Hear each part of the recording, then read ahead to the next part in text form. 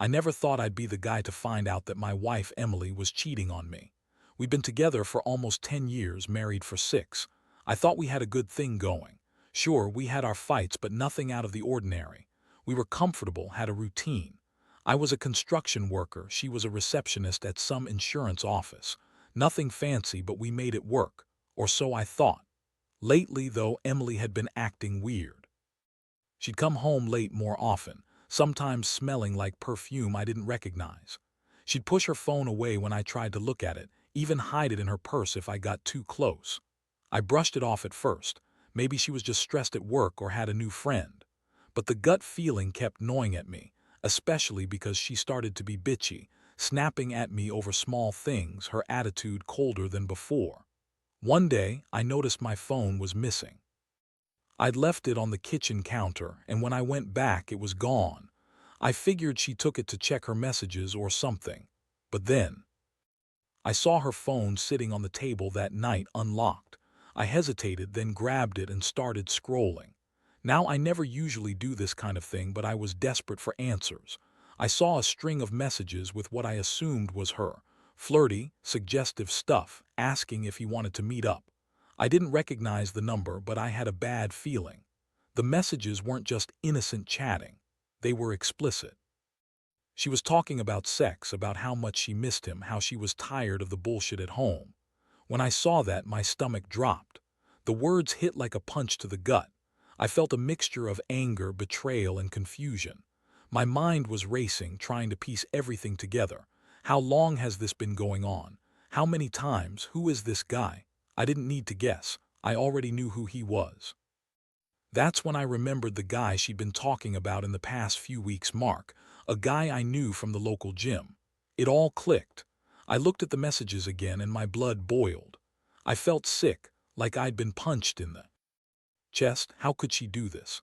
How could she cheat on me with someone I was actually trying to help re-enter society? Mark was a guy I'd helped get a job, tried to support in every way I could. I thought I was doing something good, and now I find out she was sleeping with him behind my back. That's when I knew I had to confront her. I couldn't just let it slide. Not after seeing those messages. Not after all the trust I'd given her. That night, I waited for her to come home. When she finally walked in, all smiles like she didn't have a care in the world, I felt my fists tighten. I didn't say a word at first. I just looked at her and I could see the flicker of something, nervousness, maybe guilt. I didn't say anything at first. I just handed her the phone and watched her face change as she scrolled through the messages. Her eyes widened and suddenly her smile vanished. "Who is this?" I asked, voice low but sharp. She looked at me, then quickly tried to brush it off. "It's nothing, just some work stuff," she said. But her voice was shaky. I didn't buy it. I knew better. I told her I saw the messages, and she immediately started lying, saying it was a misunderstanding, that it was just harmless flirting and that I was overreacting. But her words sounded hollow, fake. I could see the guilt in her eyes, the way she avoided my gaze. I wasn't sure what hurt more, the betrayal or the way she lied so easily. It's like she thought she could just brush it off, that I wouldn't find out or wouldn't care. But I cared. More than I'd ever thought I would. Seeing her lie like that made my blood boil. I felt like I was losing my mind. How could she think she could get away with hiding this? After everything we built, after all those years, it was like she just threw it away for a quick fuck. That's what she told herself, I guess. That she was bored or she needed some excitement. But to me, it felt like she took the trust we had, crushed it, and then laughed about it. I couldn't keep my composure. I told her to leave. Right then and there. I told her she wasn't welcome to stay. She yelled, called me paranoid, said I was accusing her of something she didn't do. But I knew better.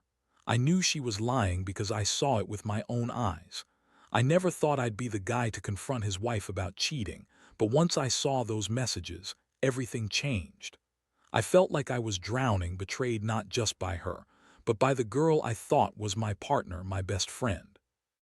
The moment she left, I just stood there, staring at the door, trying to process what had happened.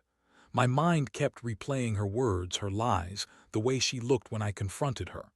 I felt numb, like I'd been hit with a sledgehammer. All those years, all the plans we made, vanished in an instant. I never thought I'd be the one to get cheated on, especially not by someone I'd trusted so much.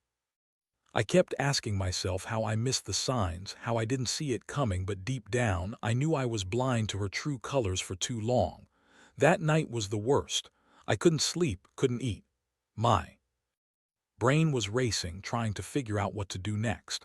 I was angry, furious at her betrayal, but also sad, sad that the woman I loved could do this to me.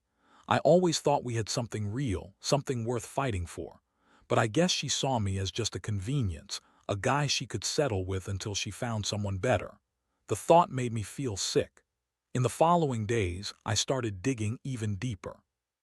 I went through her phone again, looked at her social media, tried to find out how long this had been going on. I found more messages, more flirtatious exchanges with Mark, and even some explicit pictures.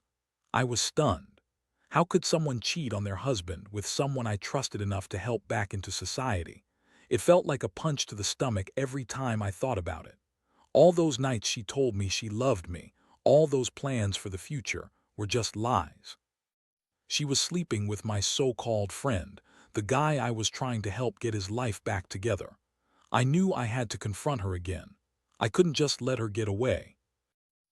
But I also knew I needed to be smart about it.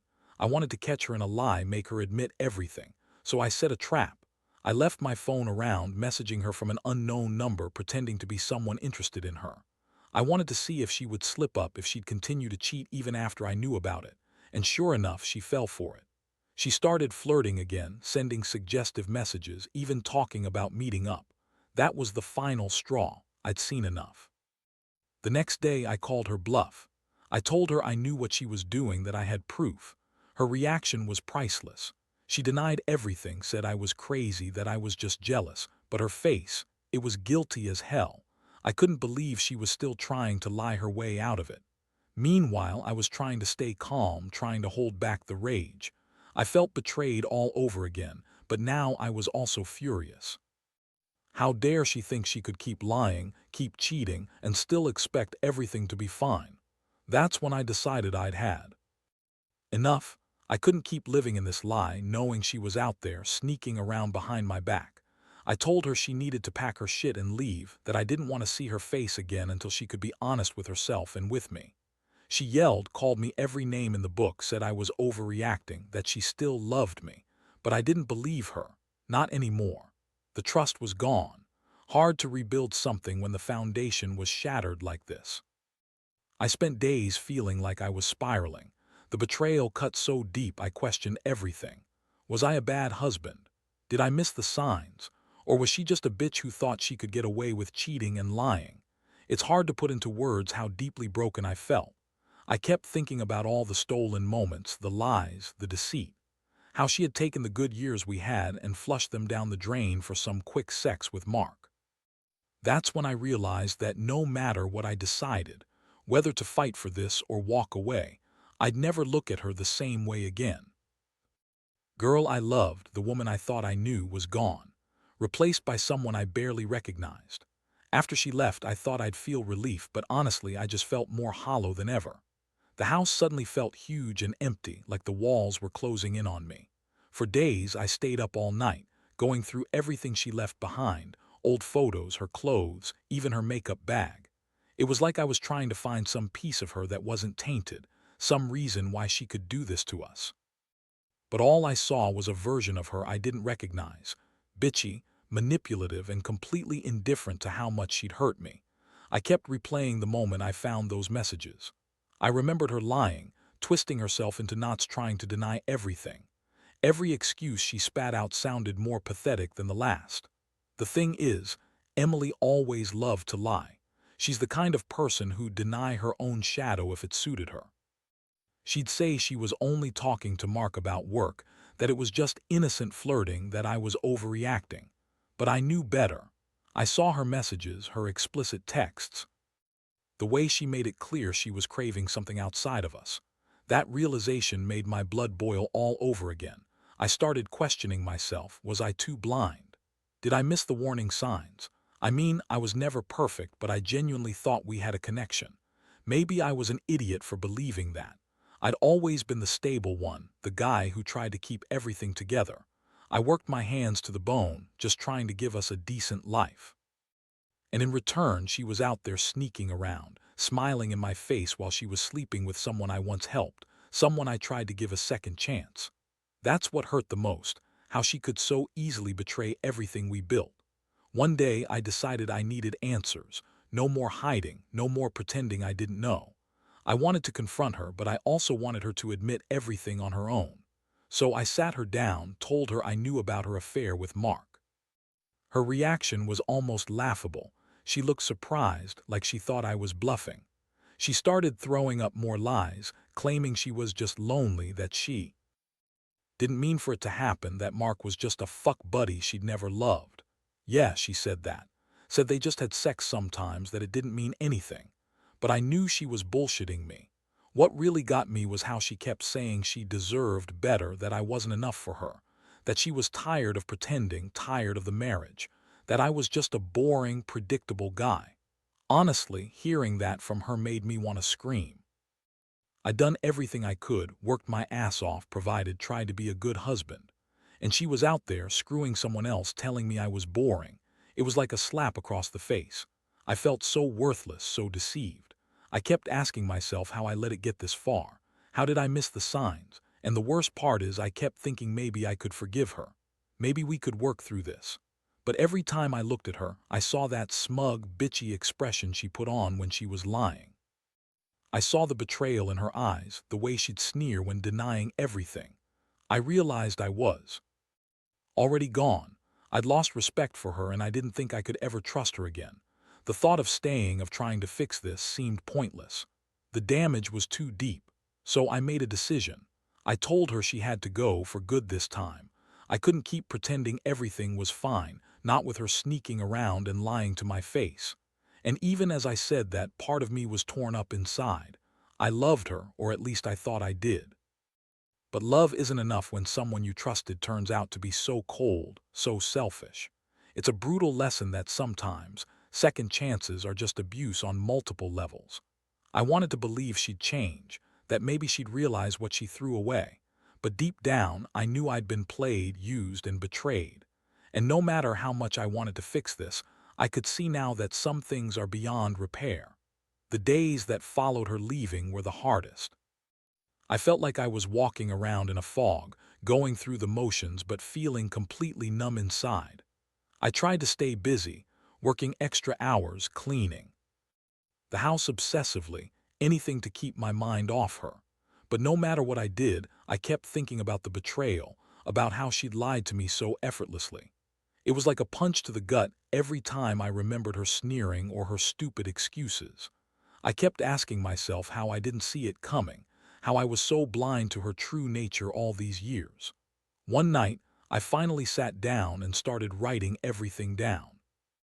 I needed to get it out, to process, to understand what I was feeling.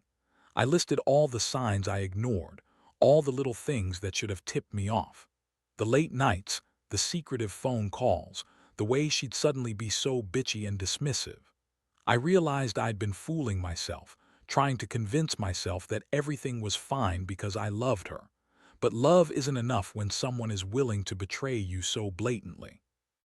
The pain was almost unbearable, but I knew I had to face it if I ever wanted to move on. I also reached out to a few friends, guys I trusted, to talk about what was happening. I needed an outside perspective, someone who could tell me if I was crazy or if I was justified in feeling this way. Their responses were unanimous. I'd been played, used, and she was a terrible person for cheating with someone I'd helped. That helped a little, knowing I wasn't overreacting, but it didn't take away the ache inside. The worst part was the feeling that I'd lost a future I thought we had. We were supposed to grow old together, share everything. Instead, I was left with nothing but a mountain of lies and broken trust. I kept thinking about Mark, the guy she cheated with. I remember helping him get a job a year ago, giving him some advice, even trying to be a friend. Turns out he was just a pawn in her game. I couldn't believe I'd been so naive. I was trying to be supportive, trying to give him a second chance, and he repaid me by sleeping with my wife behind my back. That realization made me feel sick. How low can people go? To think I was genuinely trying to help this guy turn his life around, and all the while, he was just using me too. Get to her, I felt like I'd been stabbed in the back twice. The betrayal didn't just hurt me emotionally, it made me furious.